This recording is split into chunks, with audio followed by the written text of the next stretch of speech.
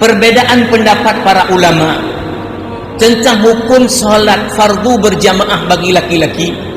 Misalnya mazhab Hambali sampai ke pendapat hukumnya fardu ain, dalam makna bahawa kalau laki-laki tidak ada uzur syar'i, tidak solatnya berjamaah, solatnya sendiri sah, tetapi dia berdosa meninggalkan jamaah. Mereka berpendapat keras seperti ini bukan tidak punya dalil.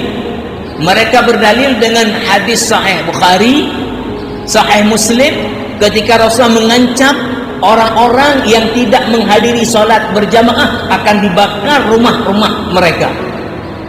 Maka Rasulullah tidak akan mengancam kalau sekiranya berjamaah itu adalah opsi pilihan. Yuk yang jamaah alhamdulillah, yang tidak apa-apa. Ketika diancam berarti ini sesuatu yang ada penekanan kuat.